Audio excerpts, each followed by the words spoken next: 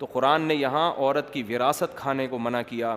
دیکھو غیرت کے ساتھ زندگی گزارو, خدا کی قسم مزہ نہ آئے پیسے واپس.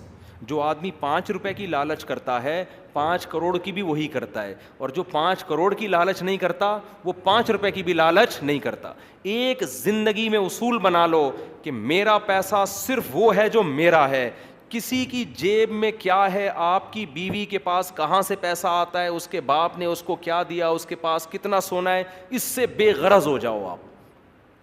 بہت سے مرد اپنی عورتوں کو تنگ کرتے ہیں, تمہارے پاس اتنا پیسہ ہے کہاں چھپا کے رکھا ہوا ہے, تم بتاتی نہیں ہو, تمہارے باپ نے تمہیں اتنا دیا, تمہیں وراثت تمہیں اتنی ملی, کہاں چھپا کے رکھا ہوا ہے. چھوڑو یار, تمہارا تھوڑی ہے وہ, تم اپنی ذمہ داری ادا کرو. آلو پیاز ٹماٹر کی عید بقرعید کی اپنی ذمہ داری ادا کرو. بولو بھائی مجھے اللہ نے مرد بنایا, گھر کا سربراہ بنایا, مجھے جو اللہ دے گا, جو میرے حقوق ہیں وہ میں پورا کروں گا. عورت پر کو اللہ نے مال دیا, لیکن اس مال میں شوہر کا حق بالکل بھی بولو نہیں ہے. یہ اللہ کا قانون ہے بنایا ہوا. اس مال میں شوہر کا حصہ مرنے کے بعد تو ہے, زندگی میں نہیں ہے, کوئی حصہ نہیں ہے اس میں. حتیٰ کہ بچوں کا بھی ٹوٹل خرچہ کس کے اوپر ہے, باپ پر, وہ بھی شریعت نے ماں پر نہیں ڈالا. ہاں عورت کے لیے فضیلت ضرور ہے کہ وہ اپنے شوہر پہ خرچ کرے گی تو ڈبل ثواب ملے گا اس کو, لیکن مرد مطالبہ نہیں کر سکتا, وہ اپنے اختیار سے اپنے میاں کو دے دے کہ آپ بھی اتنا خرچ کرتے ہیں تو مجھے اللہ نے مال دیا ہے, کبھی ضرورت ہو تو آپ کی خدمت میں, جناب کی خدمت میں, ٹھیک ہے نا. عبداللہ بن مسعود رضی اللہ تعالیٰ عنہ کی زوجہ حضرت عبداللہ بن مسعود بڑے مسکین تھے. ہمارے نبی صلی اللہ علیہ وسلم نے خواتین کو ترغیب دی, صدقہ خیرات کی. تو حضرت عبداللہ بن مسعود کی زوجہ حضرت زینب وہ نبی کے گھر آئیں اور پوچھا یا رسول اللہ, اچھا انہوں نے حضرت عبداللہ بن مسعود سے پہلے پوچھا کہ میں آپ کو صدقہ دے سکتی ہوں, آپ میرے شوہر ہیں, کیا نبی سے آپ جا کے پوچھ لیں گے؟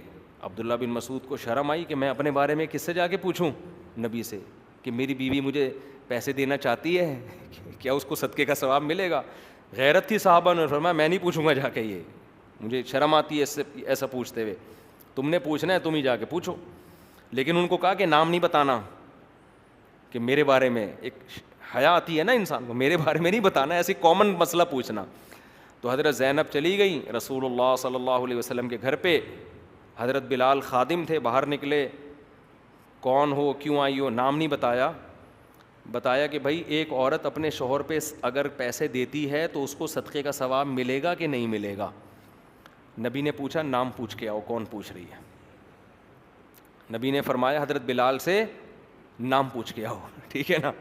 اب وہ چاہ رہی تھی کہ نام نمایاں نہ ہو تاکہ شوہر کے راز فاش نہ ہو نا.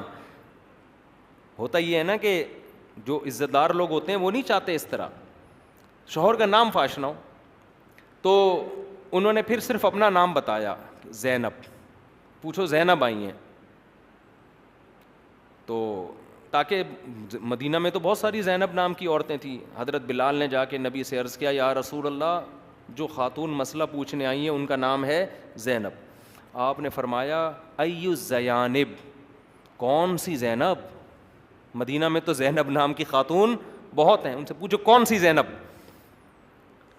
شاید نبی اس لیے بھی پوچھنا چاہ رہے تھے کہ شوہر کا تو پتہ چلے کس شوہر پہ خرچ کرنا چاہتی ہیں, شوہر کا تو پتہ چلے.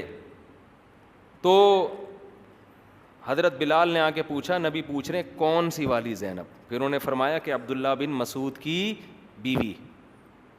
حضرت بلال نے جا کے بتایا, نبی تو خوش ہوئے, وہ تو چاہتے تھے عبداللہ بن مسعود پہ خرچ ہو.